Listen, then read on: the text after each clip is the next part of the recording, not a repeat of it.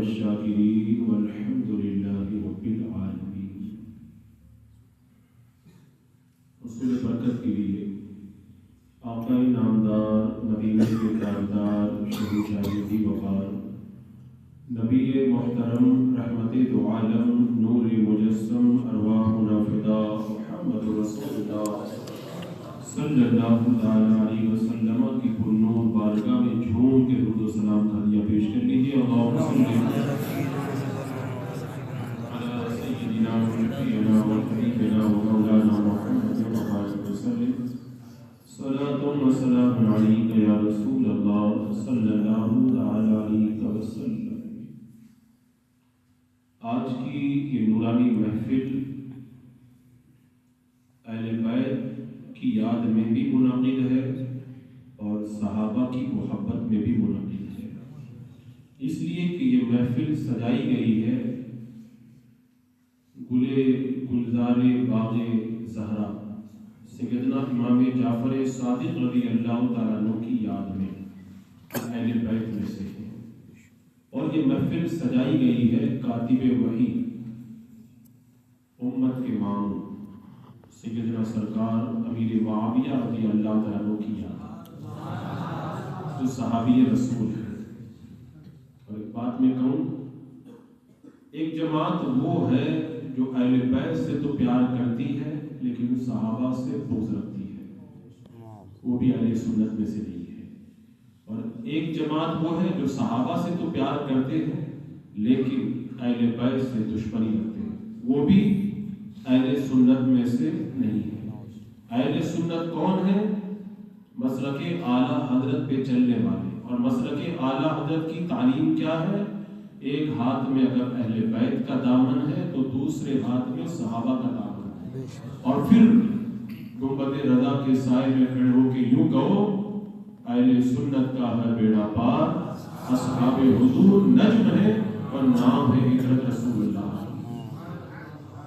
اعلیٰ حضرت نے بھی یہ شعر کہا ہے، یہ دو حدیثوں کی ترجمانی ہے۔ ایک حدیث پاک میں یہ ارشاد ہوا کہ اصحابی کالنجوم بأیہم یقتدیتم اہتدیتم، میرے صحابہ یہ ہدایت کے تارے ہیں، ان میں سے جن کی بھی پیروی کرو گے تم راہیاب ہو جاؤ۔ اور دوسری حدیث پاک میں فرمایا گیا، میری اہل بیت کی مثال سفینہ نوح کی طرح ہے، جو سوار ہو گیا نجات پا گیا اور جو سوار ہونے سے رہ گیا وہ ہلاک ہو گیا۔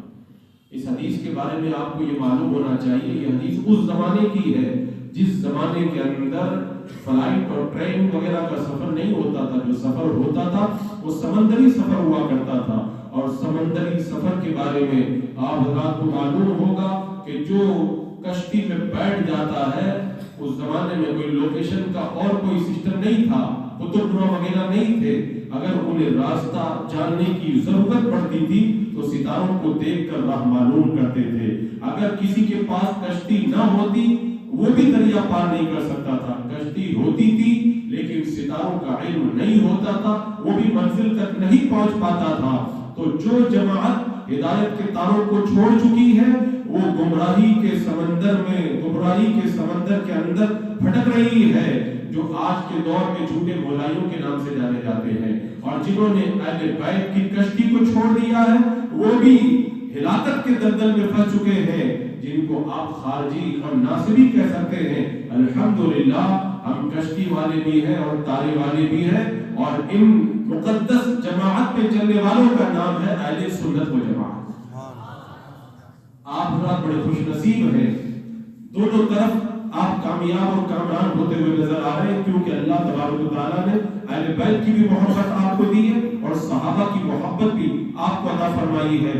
آج میرے سامنے میں دیکھ رہا ہوں نوجوانوں کی بڑی جماعت موجود ہے، اور آپ حضرات یہ جانتے ہیں آج یہ جو دور چل رہا ہے ٹیکنالوجی کا دور ہے، آج سائنس کا دور ہے، جن میں سے بڑا طبقہ کالج میں پڑھ رہا ہے اور ایک بڑا طبقہ سوشل میڈیا سے جڑا ہوا ہے، اور ایک بڑا طبقہ وہ ہے جن کا تعلق غیروں کے ساتھ میں اور گمراہوں کے ساتھ میں ہے. جو گمراہوں کے ساتھ تعلق قائم کرتا ہے وہ بھی گمراہ ہو جاتا ہے. جو سوشل میڈیا پر غیروں کو سنتا ہے وہ بھی گمراہ ہو جاتا ہے. اور کالج کے طبقے کو میں دیکھ رہا ہوں, ان کے ذہن و فکر کو خراب کرنے کے لیے آج ایسی تعلیم ان کے ذہن و فکر میں اتاری جا رہی ہے جو انہیں گمراہیت کے دلدل میں گرفتار کر دے. لہذا ایسے گمراہیت کے ماحول میں ہمیں ضرورت اس بات کی ہے کہ عقیدہ حق, عقیدہ اہل سنت کو جانا جائے. میرے آقا صلی اللہ تعالی علیہ وسلم نے فرمایا تھا کہ اچھے کام کر لو, تاریک رات کے ٹکڑوں کی طرح فتنے اترنے والے ہیں, جن میں بندہ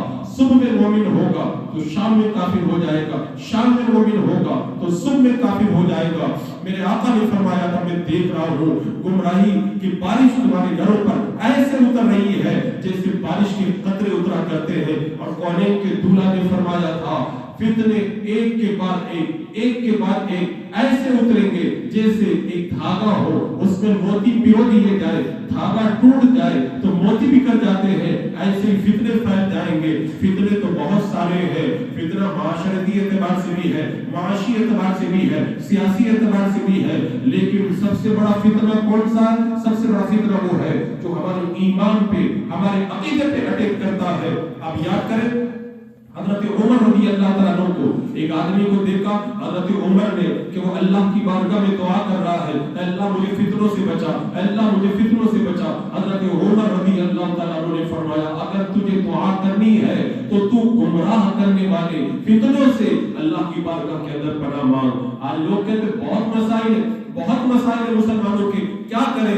میں کہتا ہوں سارے مسائل ختم ہو جائیں گے, سارے مسائل وقت گزرنے سے گزر جائیں گے, لیکن ایک مسئلہ بڑا ہے. اگر اس مسئلے کا حل آپ نے نہیں نکالا تو یہاں بھی بربادی ہے اور آخرت میں بھی بربادی ہے. اور وہ سب سے بڑا مسئلہ ہے فتنہ ارتداد, گمراہیت کا فتنہ, الحاد کا فتنہ, ارتداد کا فتنہ. یہ سب سے بڑا فتنہ ہے اور آج امت اس فتنے کے اندر پوری طرح مبتلا کی جا رہی ہے. آپ کو معلوم ہونا چاہیے باضابطہ طور پر ہمیں کفر و شرک, گمراہی, ارتداد اور الحاد کا شکار کرنے کے لیے ایجنسیاں لگی ہوئی ہے, پوری تیاریاں کر رہی ہے کہ مسلمانوں کے دین و ایمان کو کیسے غارت کیا جائے. فتنوں کے اس ماحول میں بچنے کا ایک ہی راستہ ہے, مسلک اعلیٰ حضرت پہ قائم ہو جاؤ. کیوں؟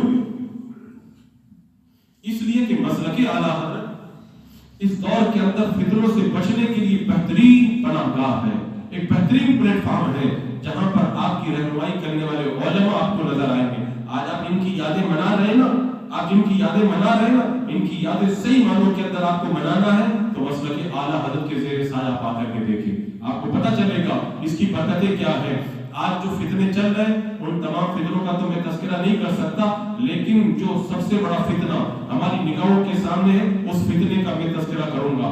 آج اس امت کو گمراہیت کے دلدل میں گرفتار کرنے کے لیے سب سے بڑا جو فتنہ نکلا ہے, اس فتنے کا جو معاملہ ہے تو پرانا لیکن ٹائٹل نیا لگایا ہے, ٹائٹل نیا لگایا ہے. جیسے چکرالوی ہے گمراہ فرقہ, ٹائٹل لگاتا ہے اہل قرآن کا, قادیانی ٹائٹل لگاتے ہیں اہل سنت و جماعت کا, غیر مقلد ٹائٹل لگاتے ہیں اہل حدیث کا, ایسے ہی وہابی ٹائٹل لگاتے ہیں سلفی اور محمدی کا. اسی طرح آج جو بڑا فتنہ ہمارے نوجوانوں کو اپنے چنگل میں گرفتار کرنے کے لیے نکلا ہے, حقیقت کے اندر وہ ہے تو سن فضیہ, آدھے سنی اور آدھے رافضی, لیکن انہوں نے جو ٹائٹل لگایا ہے اس کا نام رکھا ہے مولائی. حضرت مولا علی کے ماننے والے, حضرت مولا علی کے نقش قدم پہ چلنے والے, حضرت مولا علی سے پیار کرنے والے. اور معلوم ہے وہ کیا کہتے ہیں؟ یہ مسلک اعلیٰ حضرت والے, یہ اہل سنت و جماعت جو اپنے آپ کو کہتے ہیں, یہ مولا علی سے نفرت رکھتے ہیں, اہل بیت سے بت رکھتے ہیں, امام حسین کا پیار ان کے دل میں نہیں ہے. سچے مولائی ہم ہیں. میں آپ کو بتا دوں بحمدہ تعالیٰ اگر مولا علی کی محبت کا نام مولائیت ہے تو اس دنیا کے اندر مسلک اعلیٰ حضرت پہ چلنے والوں سے بڑا کوئی مولائی آپ کو نظر نہیں آئے.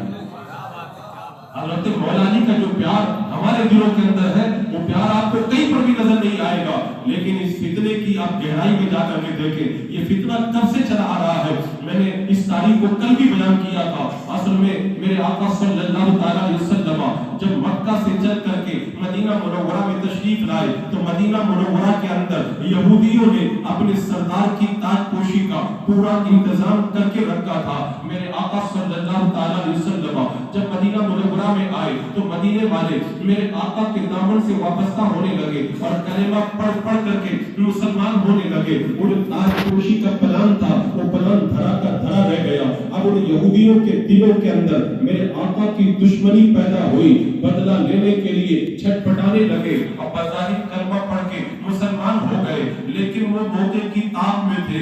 میرے آقا علیہ السلام کے زمانہ پاک میں تو وہ بدلہ نہیں لے سکے، بدلہ لینے کی طاقت انہیں نہ ملی. جب میرے آقا کا وصال ہو گیا، حضرت ابوبکر صدیق کا زمانہ آیا، انہوں نے کوشش کرنا شروع کیا، کامیابی نہیں ملی. اس کے بعد جب حضرت عمر کا زمانہ آیا پھر کوشش کرنے لگ گئے، انہیں کامیابی نہیں ملی. اس کے بعد میں حضرت عثمان کا جب زمانہ آیا 6 سال تک کوشش کرتے رہے، کامیابی نہیں ملی. حضرت عثمان کے دور خلافت میں 6 سال کے بعد میں انہیں تھوڑا موقع مل گیا. عبداللہ بن سبا نے 6 سال کے دور خلافت گزرنے کے بعد میں اپنا کام کرنا شروع کیا. معلوم ہے کیا کام کیا؟ مسلمانوں میں گھس جاتا تھا، مسلمانوں کی فوج میں چلا جاتا اور ان سے جانے کے بعد میں وہ کہا کرتا تھا حضرت علی کی بڑی فضیلت ہے، حضرت علی کے بڑے فضائل ہیں. ایک بات ہمیشہ یاد رکھنا، فضیلت الگ چیز ہے اور افضلیت الگ چیز ہے. ہمارا ان جھوٹے مولائیوں سے جو جھگڑا ہے وہ فضیلت کے بارے میں نہیں ہے، وہ افضلیت کے بارے میں جھگڑا ہے. ابھی میں اس پر روشنی ڈالوں گا. تو وہ عبداللہ بن سبا لوگوں میں گھل مل گیا، کہنے لگا حضرت مولا علی کی بڑی فضیلت ہے. اور جب لوگوں کے دلوں میں حضرت علی کی فضیلت کو اس نے خوب اجاگر کیا، اس کے بعد میں اگلے اسٹیپ پر پہنچا اور کہنے لگا حضرت علی رضی اللہ تعالیٰ عنہ یہ حضور کے وصی ہے، اللہ کے رسول نے انہیں وصی بنایا تھا اور اپنے بعد میں انہیں خلافت کا حقدار بتایا تھا. پھر اگلے اسٹیپ پر گیا اور یہ کہنے لگا کہ سب سے افضل حضرت مولا علی ہے، خلافت میں پہلا نمبر حضرت علی کا ہے. حضرت ابوبکر اور حضرت عمر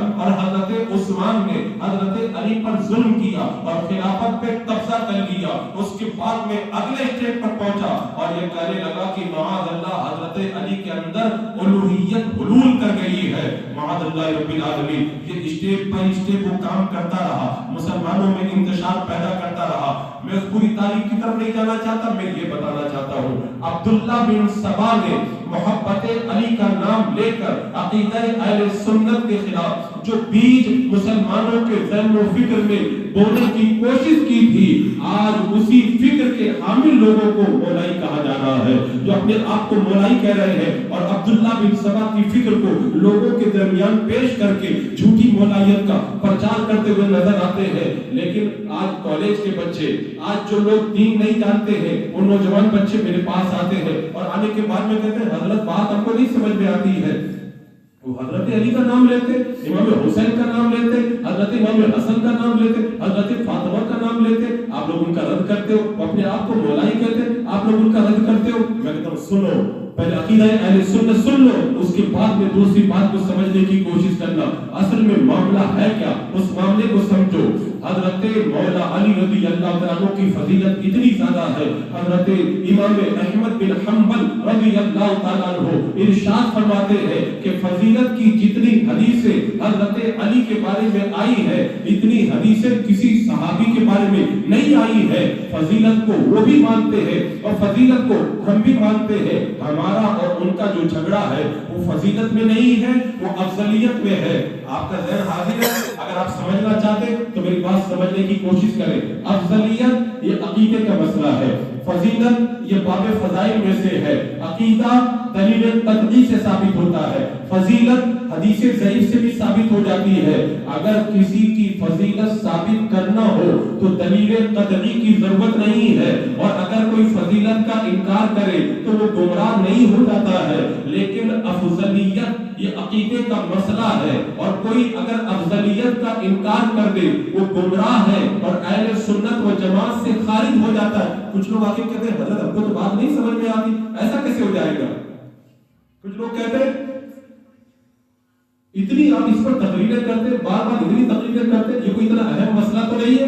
آج میں اس مسئلے کی اہمیت کو سمجھانا چاہوں گا. اس مسئلے کی اہمیت کو سمجھے تاکہ شان معاویہ بھی آپ کو سمجھ میں آئے اور شان اہل بیت بھی آپ کو سمجھ میں آئے. اصل میں دیکھو عقیدہ جو ہوا کرتا ہے وہ کتنا اہم ہوا کرتا ہے. اللہ اکبر کبیرہ. عقیدے کی اہمیت کو سمجھے. عقیدہ اہل سنت یہ ہے کہ تمام صحابہ میں سب سے افضل حضرت سیدنا ابو بکر صدیق رضی اللہ تعالی عنہ ہے. اگر کوئی اس عقیدے کا انکار کر دے وہ اہل سنت سے خارج ہو جائے گا. وہ کہتے ہیں یہ مسئلہ اتنا اہم ہے. میں کہتا ہوں سنو کتنا اہم ہے. میرے آقا صلی اللہ تعالی علیہ وسلم کا دور پاک ہے. حضرت عبداللہ بن عمر کہتے ہیں ہم صحابہ جب آپس میں بات کرتے تھے تو یہ کہا کرتے تھے صحابہ میں پہلا نمبر ابو بکر صدیق کا, دوسرا نمبر حضرت عمر کا. اور حضرت ابو ہریرہ کہتے ہیں صحابہ میں جب ہم فضیلت کی بات کرتے تھے کہتے تھے سب سے افضل ابو بکر صدیق ہے, ان کے بعد میں حضرت عمر ہے. حضرت میمون بن میران سے پوچھا گیا ابو بکر اور عمر افضل ہے یا پھر حضرت علی افضل ہے. حضرت میمون بن میران نے کہا ہاتھ کانپ گئے, عصا گر گیا کہ مجھے نہیں معلوم تھا کہ میں اس زمانے تک زندہ رہوں گا جس دور میں لوگ ابو بکر اور عمر سے بھی بہتر کسی کو کہیں گے. اگر یہ مسئلہ اتنا اہم نہیں ہے تو صحابہ نے اتنی سختی کے ساتھ میں اس کو کیوں بیان کیا؟ حضرت علی کو پتا چلا کچھ لوگ مجھے افضل کہہ رہے ہیں, حضرت ابو بکر اور عمر سے کہ سب مسجد میں جمع ہو جائے. اور اس کے بعد میں فرمایا آج کے بعد میں اگر کسی نے مجھے ابو بکر اور عمر سے افضل کہا اسے میں 80 کوڑوں کی سزا دوں گا. اگر یہ مسئلہ اہم نہیں تھا تو حضرت مولا علی نے اتنی سختی کا اظہار کیوں فرمایا؟ عزیزان مکرم, یہ نام کے جھوٹے مولائی جس انداز کے اندر ہمارے نوجوانوں کو گمراہ کر رہے, یہ تو پہلا اسٹیپ ہے. پہلا اسٹیپ ہے. اچھا میں آگے بڑھنے سے پہلے پہلے اسٹیپ کی خطرناکی کو بتاتا ہوں. یہ کتنا خطرناک ہے. میں جو بات بتانے جا رہا ہوں اس کو غور سے سن لو اور اس کو یاد کر لو. اگر اس بات کو آپ نے سن لیا اور یاد کر لیا تو کبھی کوئی مولائی آپ کو گمراہ نہیں کر پائے گا. یہ مسئلہ کتنا اہم ہے, کتنا اہم ہے, اس کی اہمیت میں سمجھانے جا رہا ہوں. یہ لوگ جو کہتے ہیں حضرت علی سب سے افضل ہے, ابو بکر, حضرت عمر, حضرت عثمان یہ پہلے دوسرے تیسرے نمبر پر خلیفہ نہیں ہے. اس کا مطلب آپ لوگ سمجھتے ہو؟ اس کا مطلب وہ یہ لیتے ہیں جب پہلا نمبر حضرت علی کا ہے ابو بکر کا نہیں ہے. حضرت ابو بکر نے ظلم کیا, حضرت علی کے حق کو غصب کر لیا. حضرت عمر نے ظلم کیا, حضرت علی کے حق کو غصب کر لیا. حضرت عثمان نے ظلم کیا, حضرت علی کے حق کو غصب کر لیا. اور جو ظالم ہوتا ہے وہ فاسق ہوتا ہے, اور جو فاسق ہوتا ہے اس کی بات کا اعتبار نہیں ہوتا ہے. اور ان صحابہ کو تمام صحابہ نے پہلا, دوسرا, تیسرا خلیفہ مانا. تو ظالم کا جو ساتھ دیتا ہے وہ بھی ظالم ہوتا ہے. تو تمام صحابہ ان کو پہلا, دوسرا, تیسرا خلیفہ ماننے والے وہ بھی ظالم ہوئے, وہ بھی فاسق ہوئے. نتیجہ کیا نکلا؟ جب تمام صحابہ معاذ اللہ معاذ اللہ معاذ اللہ فاسق ہو گئے تو انہوں نے جو حدیثیں بیان کی ان حدیثوں کا بھی کوئی اعتبار نہیں ہے. انہوں نے جو قرآن کی آیتیں ہم تک پہنچائی ہیں ان آیتوں کا بھی کوئی اعتبار نہیں ہے. حضرت علی کی فضیلت کی حدیثیں انہوں نے چھپا لی, حضرت علی کی فضیلت کی آیتیں انہوں نے چھپا لی. آئے اندور کے خوش عقیدہ مسلمانوں, جملہ تو ایک تھا علی کا پہلا نمبر, لیکن اس کا نتیجہ اتنا خطرناک ہے. تمام صحابہ فاسق قرار پائے, حدیثوں سے اعتماد ختم ہو گیا, قرآن سے اعتماد ختم ہو گیا. اور ہم پر جو دین ہم تک آیا ہے صحابہ کے ذریعے آیا تھا وہ پورا کا پورا دین ختم ہو گیا. ایک جملے کے اندر دین کی بنیادوں کو ڈھا کر کے رکھ دیا ہے. لہذا اگر کوئی اس طرح کا دھوکہ نام کا مولائی دینا چاہے تو ان سے کہہ دینا ہمارے عقیدے کی بنیاد جن صحابہ پہ رکھی ہوئی ہے اگر ان بنیادوں کو گراؤ گے ہم تمہارا ڈٹ کے رد کریں گے اور ڈٹ کے کہیں گے ابو بکر کا پہلا نمبر, حضرت عمر کا دوسرا نمبر, حضرت عثمان کا تیسرا نمبر, حضرت علی کا چوتھا نمبر. فضیلتیں بے شمار, تمام صحابہ کو اللہ نے فضیلتیں دی, لیکن عقیدے کی بات آئے گی عقیدہ وہی بیان کریں گے جو بریلوی کے امام نے بیان فرمایا. یہ عقیدہ ہے اہل سنت. اچھا یہ تو پہلا اسٹیپ ہوا. اگلا اسٹیپ دیکھیں آپ, اس کے بعد میں دوسرے اسٹیپ پہ جانے کے بعد کیا کرتے ہیں؟ پہلے تو افضلیت کی بحث چھیڑتے ہیں اور اس کے بعد میں صحابہ پہ تبرہ کرنا شروع کر دیتے ہیں. آج ہم حضرت امیر معاویہ رضی اللہ تعالیٰ عنہ کا دن منا رہے ہیں. حضرت امیر معاویہ کی شان میں یہ کتنی بدتمیزیاں کرتے ہیں آپ کو معلوم ہے. حضرت امیر معاویہ رضی اللہ تعالیٰ عنہ بلا شبہ صحابی ہے. آپ کی صحابیت پر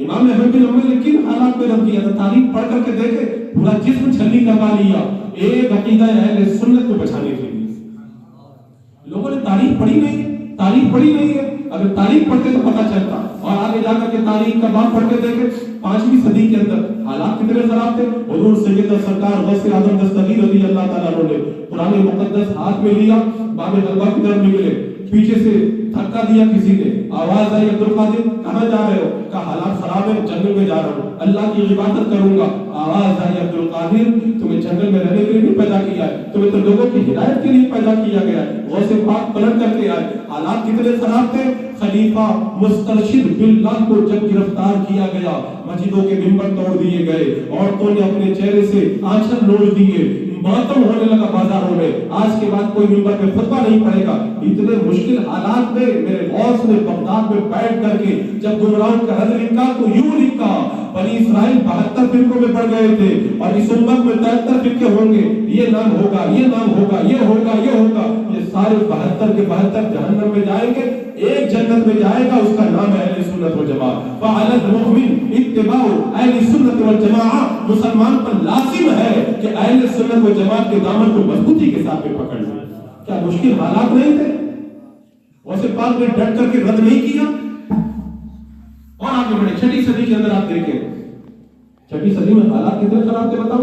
آج یہ مسجد اقصیٰ کا جو مسئلہ چل رہا ہے نا، مسجد اقصیٰ 5 صدیوں تک مسلمانوں کے قبضے میں رہی، 5ویں صدی کے اخیر میں ان ظالموں نے جب مسجد اقصیٰ پہ جب قبضہ کیا تھا، میں پوری تاریخ نہیں بیان کر سکتا، دل خون کے آنسو ہونے لگتا ہے۔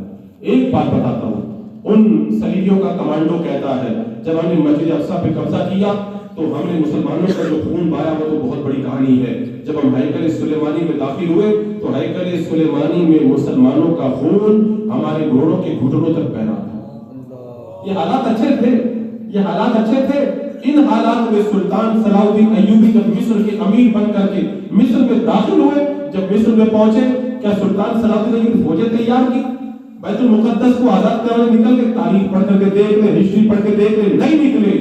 سلطان صلاح الدین ایوبی جب مصر میں آئے، سب سے پہلے مصر میں جتنے شیعہ تھے ان کا خاتمہ کیا، مصر، شام، یمن میں جتنے باطنی تھے ان کا خاتمہ کیا، جتنے ملحدین تھے ان کا خاتمہ کیا۔ جب سارے گمراہ فرقوں کا خاتمہ کر دیا، اس کے بعد میں فوجوں کو جمع کیا اور جمع کرنے کے بعد نکل گئے مسجد اقصیٰ کو آزاد کرانے کے لیے۔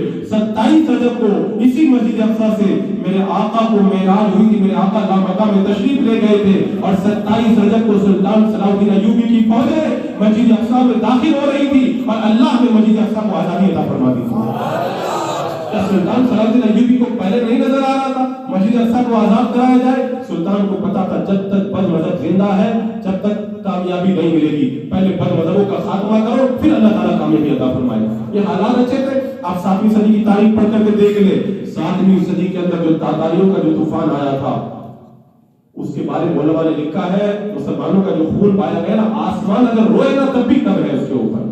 مسلمانوں کے کھوپڑیوں سے مینار تعمیر کیے گئے تھے، اتنا مسلمانوں کا خون بہایا گیا تھا۔ بغداد کے اندر، بغداد کا جو دریائے دجلہ ہے، ایک طرف مسلمانوں کے خون سے لال ہو کر کے بہ رہا تھا اور دوسری طرف مسلمانوں کے کتب خانوں کی سیاہی سے سیاہ ہو کر کے بہ رہا تھا اور مسلمانوں کے خلیفہ کو روئی پہ لپیٹ کر کے گھوڑوں کے ٹاپوں کے نیچے کچل دیا گیا تھا۔ اتنا مشکل وقت تھا۔ 7ویں صدی کی تاریخ پڑھ کے دیکھ لے، اگر آنکھیں اندھی نہیں ہوئی ہیں تو پڑھ کے دیکھ لے، 7ویں صدی میں علماء نے ڈٹ کر کے منافق کو غلط کیا۔ ان حالات کے اندر بھی میں کس صدی کی تاریخ بتاؤں؟ 10ویں صدی کی تاریخ پڑھ کے دیکھ لے، ہندوستان کے اندر اکبر بادشاہ کا دور تھا۔ اکبری دور میں آپ کو پتا ہے کیا تھا؟ میں نے مکمل اس پر تحریر کی ہے، شیخ مجد الفسانی، آپ جا کر یوٹیوب پہ سن سکتے ہیں۔ اکبر بادشاہ نے معلوم ہے کیا کیا تھا؟ مسجدوں پہ تالے لگوا دیے تھے، مدرسوں کو بند کروا دیا تھا، ختمہ کرنے پہ پابندی لگا دی گئی تھی، کسی کا اگر انتقال ہوتا تھا اس کے پاؤں قبلہ کی طرف کر کے دفن کرنے کا حکم دیا جاتا تھا۔ وہاں پر داڑھی منڈا کر دربار میں داڑھی منڈانے کا حکم جاری کر دیا۔ اگر کوئی گائے کی قربانی کرتا تھا اس کے ہاتھ کاٹ دیے جاتے تھے۔ اگر کوئی شراب تو اتنی عام ہو گئی تھی، دربار میں جوا کھانا اور دربار میں شراب عام کر دی گئی تھی اور عالم یہ تھا فضلوں کا، پتھر کی، درختوں کی پوجا ہو رہی تھی۔ دربار کے اندر بادشاہ جب آتا تھا جھروکے میں آتا تھا، سارے درباری علماء بھی بادشاہ کو سجدہ کرتے تھے۔ اذان پہ پابندی لگا دی گئی۔ محل کے اندر کوئی نماز نہیں پڑھ سکتا ہے۔ یہ حالات اچھے تھے. آج لوگ آگے کہتے ہیں ہندوستان کے حالات بڑے خراب ہیں. میں کہتا ہوں اکبر کا دور پڑھ کے دیکھ لو, اکبر کا دور پڑھ کے دیکھ لو. اکبر کے دور میں جو حالات تھے نا ہندوستان کے حالات تو کچھ بھی نہیں ہے اس کے سامنے. تو 10ویں صدی میں کیا بد مذہبوں کا رد کرنا بند کر دیا ہمارے علماء نے؟ مکتوبات امام ربانی اٹھا کر کے دیکھ لے. اتنے مشکل حالات میں علماء کی ایک جماعت کو پھانسی پہ لٹکا دیا گیا, ایک جماعت کو جیل میں ڈال دیا گیا, اور ایک جماعت کو ہندوستان سے نکال دیا گیا. ان مشکل حالات کے اندر شیخ مجدد الفسانی نے جب کتابیں لکھی تو اپنی کتابوں میں لکھا بد مذہب کتوں سے بھی بدتر ہے. جیسے کتوں سے بچتے ہیں اس سے زیادہ بد مذہبوں سے دور رہنے کو. لوگ ہمیں سمجھاتے ہیں لوگوں دماغ خراب ہو گیا ہے, یہ بڑے دیوانے ہر وقت رد کرتے رہتے ہیں. حالات ان کو پتہ ہی نہیں ہے, مسجدیں بند ہو رہی ہیں, مدرسے بند ہو رہے ہیں, یہ ہو رہا ہے. میں کہتا ہوں ہمیں سب کچھ پتا ہے, تمہیں تاریخ نہیں پتا ہے, تمہیں تاریخ نہیں پتا ہے. 12ویں صدی کی تاریخ پڑھ کر کے دیکھ لو. جب نجدیوں نے قبضہ کیا تھا مکہ اور مدینہ پر, تاریخ یہ بتاتی ہے اس دور کے اندر کیا ہوا تھا. انہوں نے جب طائف پہ قبضہ کیا نا تو عورتوں کو لٹاتے تھے, عورت کے سینے پر بچے کو لٹا کر کے اس کے دودھ پیتے بچے کو اس کے سینے پہ ذبح کر دیا جاتا تھا. مکہ اور مدینہ میں ہزاروں عورتوں کی عزتیں لوٹی گئی, ہزاروں بزرگان دین کو شہید کیا گیا. کیا اس زمانے میں رد نہیں کیا گیا؟ میں بتانے جا رہا ہوں, غور سے سن لو کیسے رد کیا.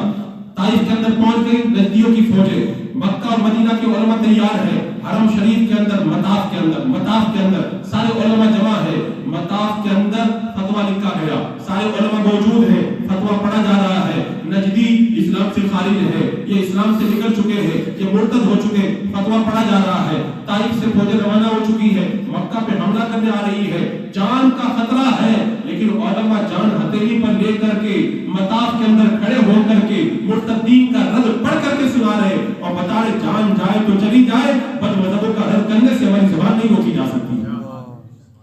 کس کی زمانے کی میں تاریخ آپ کو یاد کر کے بتاؤں, کس کی زمانے کی تاریخ بتاؤں. مجھے ذکر کرنا تھا ان جھوٹے مولائیوں کا, شاہنگیر معاویہ کا. میری بات کہاں سے کہاں نکل گئی. اصل میں یہ درد بڑا عجیب درد ہے. یہ لوگوں کو پتہ نہیں کیا ہو گیا, گال میل کا ایسا سسٹم بنا دیا کہ رد مت کرو, اصلاحی تقریر کرو, لوگوں کو نماز روزے کی دعوت دو. میں کہتا ہوں سنو, رد کرنا یہ قرآن و سنت سے ثابت ہے. اللہ نے کیا رد نہیں کیا کہ اللہ نے حضرت موسیٰ علیہ السلام کی گستاخ کو کتا نہیں کہا. ہم لوگ کتا کہتے ہیں ان کی بولیوں کی زبان خراب ہے. معاذ اللہ رب العالمین, ہماری زبان خراب ہے. تو قرآن میں اللہ تعالیٰ کیا فرماتا ہے اس بلم باورہ کے بارے میں جس نے موسیٰ علیہ السلام کی شان کے اندر بدتمیزی کی زبان کھولی تھی. میرے رب نے اس کا کتا ہے, بوجھ لا دو تب بھی ہانپتا ہے, نہ لا دو تب بھی ہانپتا ہے. کیا اسے کتا نہیں کہا؟ میرے آقا علیہ السلام کی شان میں جس نے بدتمیزی کی تھی, کیا اللہ تبارک و تعالیٰ نے اسے خنزیر کی طرح نہیں قرار دیا؟ قرآن پڑھ کر کے تو دیکھو قرآن میں کیا کیا نہیں کہا گیا. اللہ کے رسول علیہ السلام نے فرمایا کہ یہ جو بد مذہب ہیں یہ جہنمیوں کے کتے ہیں. آپ پڑھ کے دیکھیں, حضرت صدیق اکبر نے بد مذہبوں کا رد کیا. حضرت عمر کے پاس میں جب آیا بد مذہب, مہمان بن کے کھانا کھلایا, کھانا کھاتے کھاتے بد مذہبی کی بات کی, مہمان سے کہا کھانا اٹھا کے اس کو کان پکڑ کے باہر نکال دو. حضرت عثمان غنی کی بارگاہ میں آیا بد مذہب, 1 دن سمجھایا, 2 دن سمجھایا, 3 دن سمجھایا, نہیں مانا, آپ نے قتل کرنے کا حکم دے دیا. حضرت مولا علی کی بارگاہ میں بد مذہب خارجی لائے گئے, آپ نے قتل کرنے کا حکم دے دیا. امام اعظم ابو حنیفہ نے الفقہ الاکبر لکھی ہے, بد مذہبوں کا ڈٹ کر کے رد کیا ہے. حضرت امام شافعی نے اصول دین کے اندر 14 کتابیں لکھی, بد مذہبوں کا ڈٹ کر کے رد کیا. امام مالک نے گمراہ جہمیہ فرقہ والوں کو اپنی مجلس سے رد کر کے باہر نکال دیا ہے. امام احمد بن حنبل نے دربار میں کوڑے کھا کے بد مذہبوں کا رد کیا ہے. امام بخاری نے بخاری کے اندر بد مذہبوں کے رد میں پورا باب باندھا ہے. اسی طرح سرکار غوث پاک نے اپنی کتابوں میں ڈٹ کر کے بد مذہبوں کا رد کیا ہے. اگر علماء لڑانے والے تو میں کہتا ہوں کہ سارے بزرگان دین بھی کیا لڑائی کرانے والے تھے. اللہ اکبر, پتہ نہیں کیا لوگوں کو ہو کیا گیا ہے. یہ جو ہے وہ حالات کہہ کر کے ایسا لگتا ہے جیسے بد مذہبوں کے پکے یار بن جائیں گے. آج بد مذہبوں کی صحبت اور محبت نے ہمارے پورے معاشرے کو تباہ برباد کر کے رکھا ہے. یہ جو مولائیت بڑھ رہی ہے, کیوں بڑھ رہی ہے؟ ہمارے تعلقات کی بنیاد پہ بڑھے. لوگ رشتہ داری کر رہے ہیں, جب آپ رشتہ کریں گے کسی مولائی کے ساتھ میں تو آپ کے گھر میں یہ فتنہ نہیں آئے گا. میں نے اس سے پہلے بھی بتایا تھا, ایک مولوی نے ایک غیر مقلدہ لڑکی سے شادی کرنے کا ارادہ کیا. علماء نے کہا شادی مت کرو, اچھی بات نہیں ہے, جائز نہیں ہے. میں سمجھاؤں گا, نادان ہے, سنی بنا لوں گا. 1 سال کے بعد میں شادی ہوئی, 1 سال کے بعد میں مولانا صاحب بھی جو ہے وہ صرف بلی باتیں کرنے لگ گئے. یہ ہوتا ہے نتیجہ. عمران جیسا محدث اعلیٰ حضرت فرماتے ہیں جب خارجیہ عورت سے شادی کرنے لگا سمجھایا مت کر کا سنی بنا لوں گا. ابھی شادی کو چند مہینے نہیں گزرے تھے خود بھی جو ہے گمراہ ہو گیا اور اسی اپنی بیوی کے مذہب کے اوپر چلا گیا. کتنی مثالیں موجود ہیں, کون کون سی مثالیں آپ دیکھیں گے.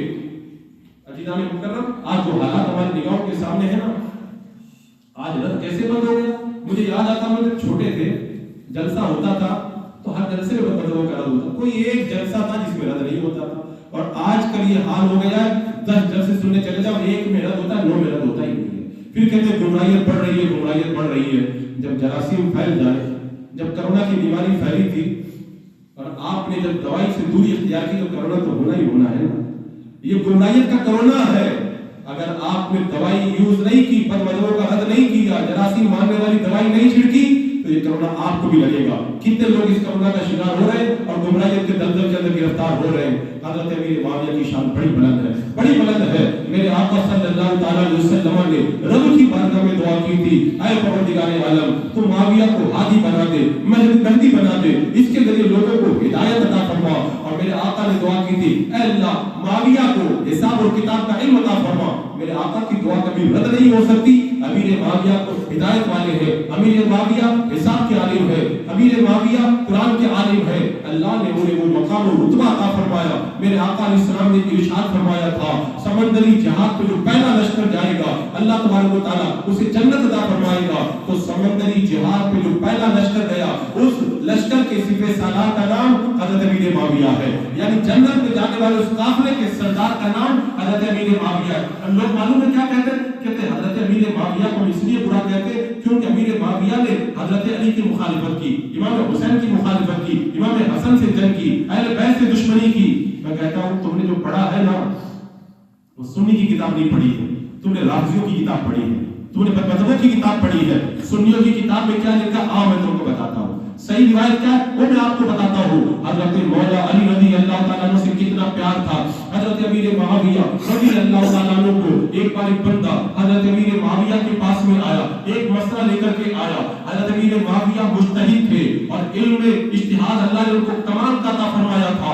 لیکن جب وہ مسئلہ آیا ایک ایسے میراث کا مسئلہ تھا جس کے اندر ایک ایسا بچہ تھا جس کے اندر مرد کی علامت بھی تھی اور عورت کی علامت بھی تھی. اب سمجھ میں نہیں آتا تھا اس کو جو ترکہ دیا جائے کس حساب سے دیا جائے. جب کوئی جواب نظر نہیں آیا آپ نے حضرت علی کے پاس میں یہ مسئلہ لکھ کر کے بھیجا کہ اس مسئلے کا جواب دیا جائے. حضرت مولا علی نے اس مسئلے کا جواب لکھ کر کے روانہ کیا کہ دیکھ لو پیشاب کدھر سے کرتا ہے.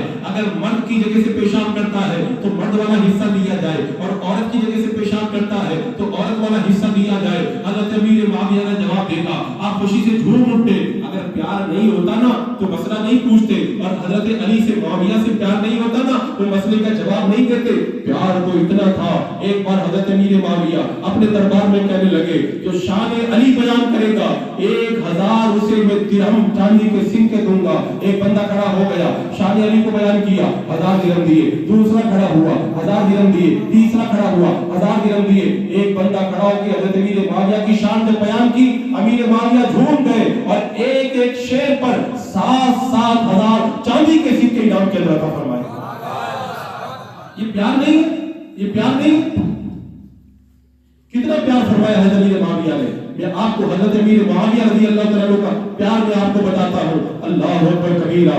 جب حضرت امیر معاویہ اور حضرت علی کے درمیان جنگ ہو گئی, روم کے بادشاہ کو پتا چل گیا کہ دونوں میں جنگ ہو گئی ہے, ایران علی کے قبضے میں ہے. اچھا موقع ہے, چلو چل کر کے ہم ایران پہ قبضہ کر لیتے ہیں. حضرت امیر معاویہ کو جب پتا چلا کہ حضرت علی کے علاقے پر روم کا بادشاہ حملہ کرنے آ رہا ہے, حضرت امیر معاویہ نے قاسم کو بلایا, کہا لکھو روم کے کتے کے نام پیغام. اس میں خط لکھوا کر کے آپ نے پیغام بھجوایا, اے رومی کتے میں نے سنا ہے تیرا ارادہ ہے علی کے علاقے پر فوج لے کر کے حملہ کرنے کا. سن اے رومی کتے, اگر تیری فوج حضرت علی کے علاقے پر حملہ کرنے جائے گی اور حضرت علی کا لشکر تجھ سے مقابلہ کرنے کے لیے نکلے گا تو حضرت علی کے لشکر میں جو مقابلہ کرنے کے لیے آئیں گے ان میں معاویہ ایک ادنا سپاہی بن کر کے تیرا مقابلہ کرے گا. یہ حضرت علی کو پیار تھا حضرت امیر معاویہ سے. جب رومی کتے نے سنا تو کام کر کے رہ گیا کہ جنگ ہوئی ہے, اس کے باوجود اتنی محبت ہے. جنگ کیوں ہوئی تھی, لوگوں کو یہ بھی پتہ نہیں ہے. اصل میں حضرت عثمان غنی کو شہید کیا گیا. حضرت امیر معاویہ کا یہ کہنا تھا کہ حضرت عثمان کے خون کا بدلہ لیا جائے, اور حضرت علی کا یہ کہنا تھا ابھی بدلہ نہ لیا جائے, پہلے خلافت کو مضبوط کیا جائے پھر بدلہ لیا جائے. اسی مسئلے میں اختلاف ہو گیا تھا. حضرت علی کا کہنا صحیح تھا, حضرت امیر معاویہ سے خطا ہوئی تھی, لیکن اگر خطا اجتہادی ہو جائے تو اللہ اس پر گرفت نہیں فرماتا, اس پر بھی ایک اجر عطا فرماتا ہے. اسی لیے جب جنگ ہو گئی تو جنگ ہونے کے بعد میں حضرت علی گزر رہے تھے, دیکھا کہ ایک بندہ پڑا ہوا ہے. آپ کے ساتھ میں جو بندہ تھا اس نے کہا کہ یہ پہلے جنتی تھا, آپ سے مقابلہ کرنے کے لیے آیا تو یہ جہنمی بن گیا. حضرت علی نے فرمایا یہ پہلے بھی جنتی تھا اور اب بھی جنتی ہے. حضرت علی نے کہا جو ہمارے مقابلے میں لڑنے کے لیے آئے اچھی نیت سے اللہ ان کو بھی جنت عطا فرمائے گا. اور جب جنگ کے بعد میں لوگوں نے حضرت علی کے چاہنے والوں نے شام کے رہنے والوں کو حضرت امیر معاویہ کو برا کہنا شروع کیا. آج کے جھوٹے بولائی امیر شام کہہ کر حضرت امیر معاویہ کی شام میں زبان کھولتے. حضرت شہاب الدین خفاجی رضی اللہ تعالیٰ نے فرمایا تھا جو حضرت امیر معاویہ کی شان میں زبان کھول کر کام کی وہ جہنم کے کتوں میں سے کتا ہے. اگر کوئی جھوٹا بولائی زبان کھولے تو سمجھ جانا یہ بولائی نہیں ہے, جہنمی کتا بول رہا ہے. اگر کوئی حضرت امیر معاویہ کو جہنمی کہے سمجھ جاؤ کتا بول رہا ہے. اگر کوئی ان کے جنتی ہونے میں انکار کرے سمجھ جاؤ کتا بول رہا ہے. اگر کوئی حضرت امیر معاویہ کو ظالم کہے سمجھ جاؤ جہنمی کتا بول رہا ہے. یہ میں نہیں کہتا ہوں, ہمارے بزرگوں نے فیصلہ کیا. حضرت علی کو پتہ چل گیا, ایک آدمی کو بلا کر لکھو اور لکھ کر کے خون کا اعلان کر دو, میرے اور معاویہ کے درمیان جو اختلاف ہوا ہم دونوں بھائی ہیں, ہمارا خدا ایک ہے, ہمارا دین ایک ہے, ہمارے اندر ایک مسئلہ کے اندر قصاص عثمان میں اختلاف ہوا ہے. کوئی امیر معاویہ کو شام والوں کو برا نہیں کہے گا. حضرت علی کے ساتھ میں حضرت امیر معاویہ کا پیار اور حضرت معاویہ کے ساتھ میں حضرت علی کا جو پیار ہے کتنا پیار میں بتاؤں. ایک بار کسی نے پوچھ لیا حضرت امیر معاویہ سے آپ افضل ہے یا علی افضل ہے. حضرت امیر معاویہ نے جواب دیا سنو علی کی شان تو بہت بلند ہے, بہت بلند ہے. حضرت علی کا نشان قدم میرے پورے خاندان سے بہتر ہے. اتنا پیار ان کے دل میں اللہ نے رکھا تھا. اور امام حسن سے کتنا پیار تھا. امام حسن رضی اللہ تعالیٰ جب چلے جاتے تھے امام امیر معاویہ کے پاس میں ادب سے کھڑے ہو کے استقبال کرتے. امام حسن گئے ہیں, امیر معاویہ کھڑے ہو گئے ادب سے استقبال کر رہے ہیں. امام حسن نے کہا کیوں اتنا ادب کر رہے ہیں؟ کہا آپ کی شکل مصطفیٰ نظر آتی ہے. اس کے بعد میرا امام میں آج تمہیں نظرانہ دوں گا, ایسا نظرانہ دوں گا میں نے کسی کو نہیں دیا اور پھر کبھی کسی کو نہیں دوں گا. خزانچی سے کہا جاؤ 4000 چاندی کے سکے نکال کے لاؤ اور وہ سارے سکے امام حسن کو نذرانے میں پیش فرما دیے. حضرت امام حسین سے کتنا پیار تھا, اللہ اکبر, اتنا پیار تھا. امام حسین کی بارگاہ میں بھیک مانگنے والا کوئی آ گیا, امام حسین نے کہا بیٹھ جا. تھوڑی دیر کے بعد میں حضرت امیر معاویہ نے سونے کے سکے کی 1000 کی 5 تھیلیاں حضرت امام حسین کو نذرانے میں بھیجی. امام حسین کے پاس پیغام بھیجا میں معذرت چاہتا ہوں نذرانہ بھیجنے میں تاخیر ہو گئی. حضرت امام حسین نے وہ سارا سونا لیا, اٹھا کر کے فقیر کو دے دیا اور دینے کے بعد میں کہا مجھے معاف کر دو, تمہیں کافی دیر تک انتظار کرنا پڑا ہے. حضرت امیر معاویہ کا پیار یا اہل بیت کی صحابہ. لوگ یہ روایت بتاتے ہی نہیں ہیں, لوگوں سے چھپا کے رکھتے ہیں تاکہ لوگوں کو گمراہ کرنے میں آسانی رہے.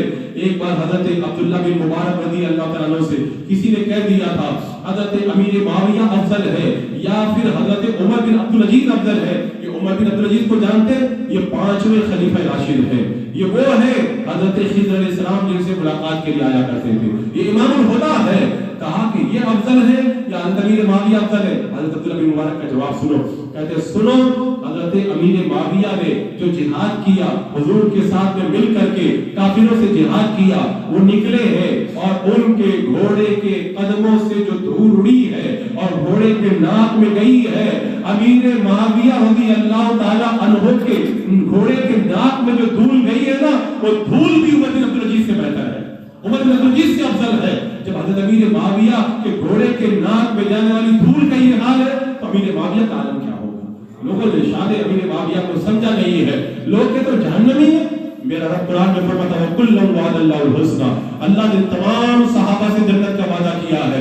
امیر معاویہ صحابی ہے, وہ جنتی ہے. میرے آقا نے فرمایا ہے کہ جس نے مجھ کو ایمان کی حالت میں دیکھا اسے جہنم کی آگ نہیں چھوئے گی. امیر معاویہ یہ جنتی ہے.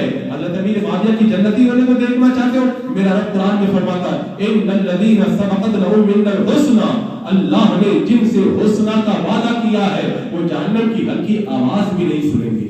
ان کے جنتی ہونے کا یہ عالم ہے. لوگوں نے پتہ نہیں کیا سمجھ کے رکھا ہے، شان صحابہ کے اندر بدتمیزی کرتے ہوئے نظر آتے، آج نہیں پتہ چلے گا، قیامت کے میدان میں جائیں گے نا تب پتہ چلے گا کہ حضرت امیر معاویہ رضی اللہ تعالیٰ عنہ کی شان کتنی بلند ہے۔ میرے آقا صلی اللہ تعالیٰ علیہ وسلم نے شان معاویہ کو مختلف موقعوں پر بیان فرمایا۔ اس سلسلے کے اندر آپ حدیث کا ذخیرہ کھنگال کر کے دیکھیں، ایک روایت میں آتا ہے اللہ کے رسول علیہ السلام تشریف فرما ہے، ایک عربی آتا ہے، آنے کے بعد میں کہتا ہے یا رسول اللہ مجھ سے کشتی کرے۔ امیر معاویہ موجود تھے، کہنے لگے کہ یا رسول اللہ مجھے اجازت دے دیں، میں کشتی کرتا ہوں۔ میرے آقا نے اجازت دے دی، حضرت امیر معاویہ نے عربی کو پچھاڑ دیا۔ میرے آقا نے فرمایا معاویہ کو کوئی ہرا نہیں سکتا ہے۔ حضرت علی اور حضرت امیر معاویہ کے درمیان جنگ ختم ہو گئی، کسی نے حضرت علی کو یہ روایت بتائی کہ میرے آقا نے فرمایا تھا معاویہ کو کوئی ہرا نہیں سکتا ہے، تو حضرت علی نے کہا کاش مجھے پہلے یہ حدیث پتہ چل گئی ہوتی تو میں امیر معاویہ سے جنگ نہیں کرتا،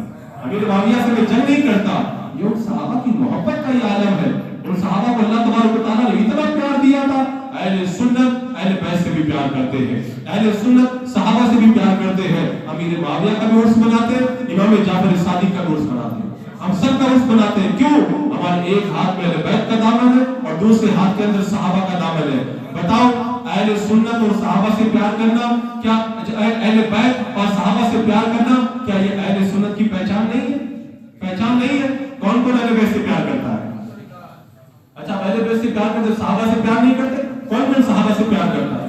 تو ہم تو دونوں سے، ہمارے کو یہ الزام لگایا جاتا ہے کہ یہ اہل بیت کے دشمن ہے۔ یہ معلوم ہے دشمنی کا مطلب کیا بتاتے؟ ان کے کہنے کا مطلب یہ ہے کہ عقیدہ اہل سنت کو چھوڑ دو تب جا کر کے آپ اہل بیت سے پیار کرنے والے بنے گے، معاذ اللہ رب العالمین۔ اور اس سلسلے میں جو روایتیں گھڑی جاتی ہے نا، ایسی ایسی روایتیں بتائی جاتی ہیں معاذ اللہ۔ ابھی آپ دیکھیں حضرت سیدنا ابو بکر صدیق رضی اللہ تعالیٰ کا نام لے کر یہ لوگوں کو کیسے گمراہ کرتے۔ مجھے پتا چلا آنے کے بعد میں وہ باغ فدق والا مسئلہ چھیڑ دیتے ہیں کہ حضرت فاطمہ کا جو باغ تھا صدیق اکبر نے اس پر قبضہ کر لیا، ظلم کیا۔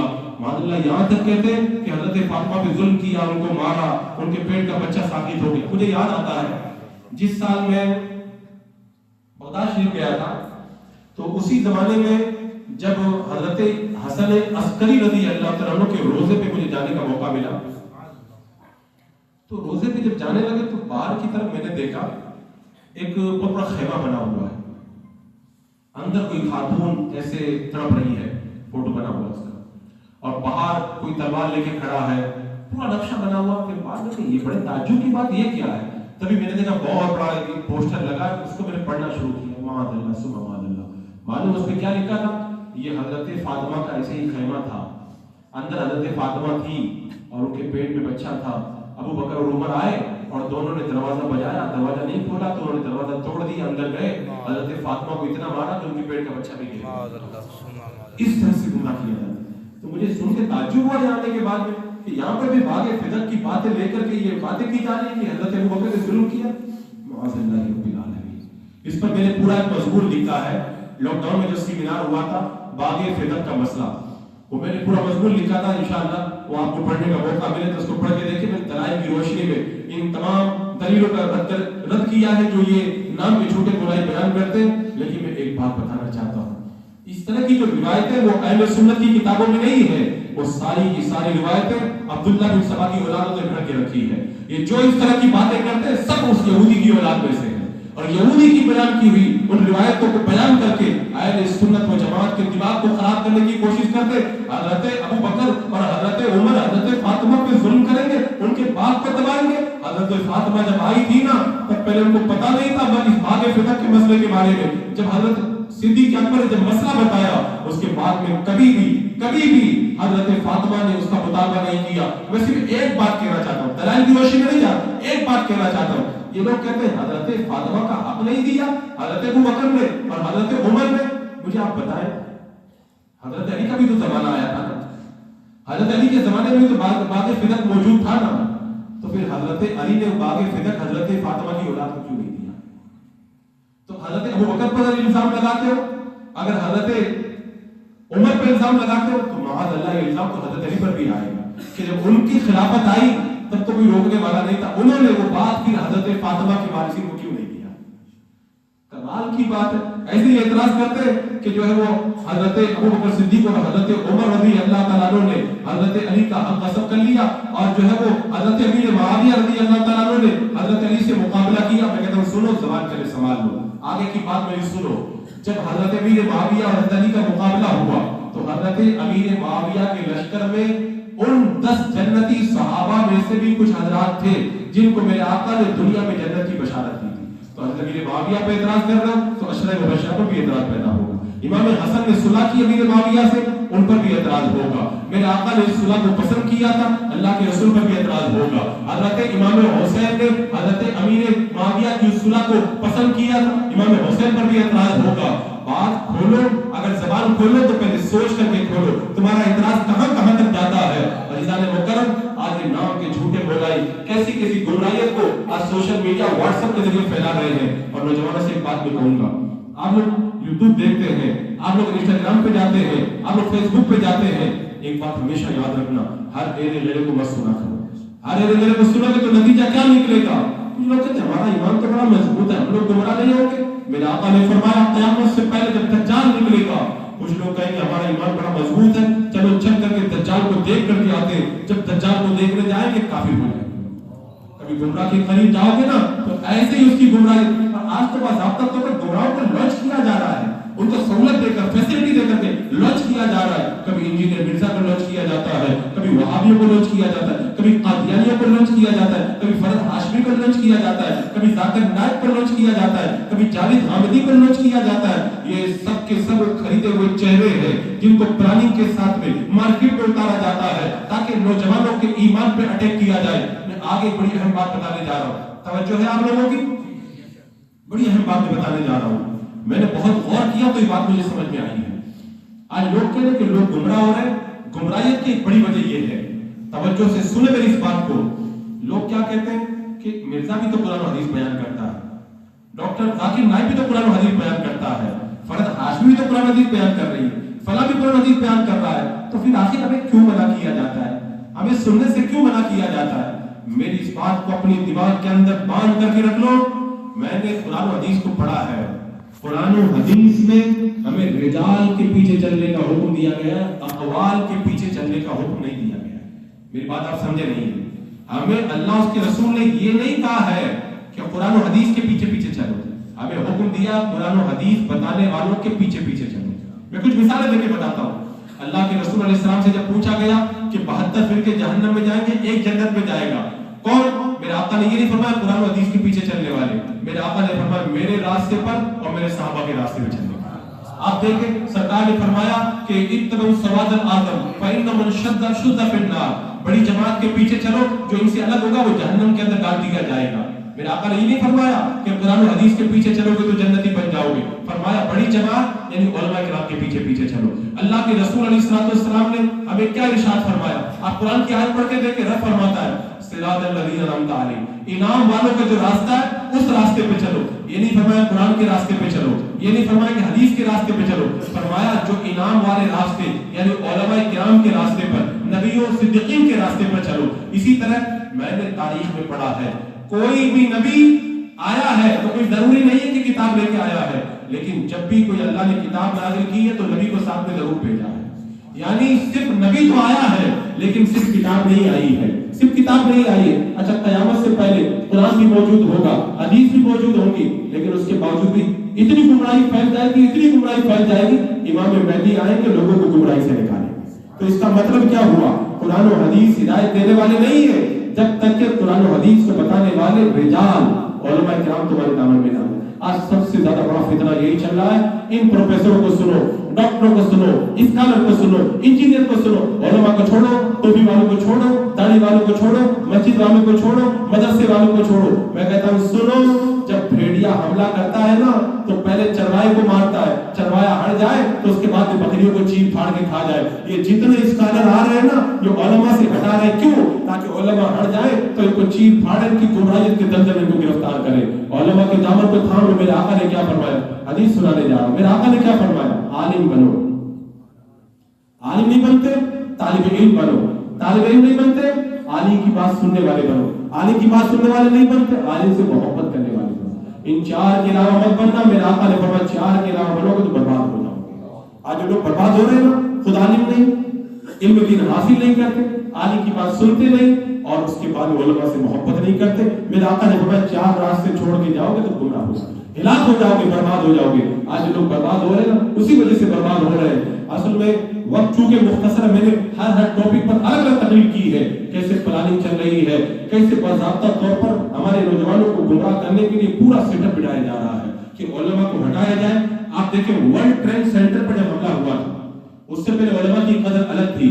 ورلڈ ٹریڈ سینٹر پر حملہ کرنے کے بعد میں داڑھی کو بدنام کیا گیا، ٹوپی کو بدنام، 2000 کے بعد پورا نقشہ بدل گیا، اور لاک ڈاؤن کے بعد میں تو جو تھوڑا بہت نقشہ صحیح تھا وہ بھی بدل کے رکھ دیا گیا.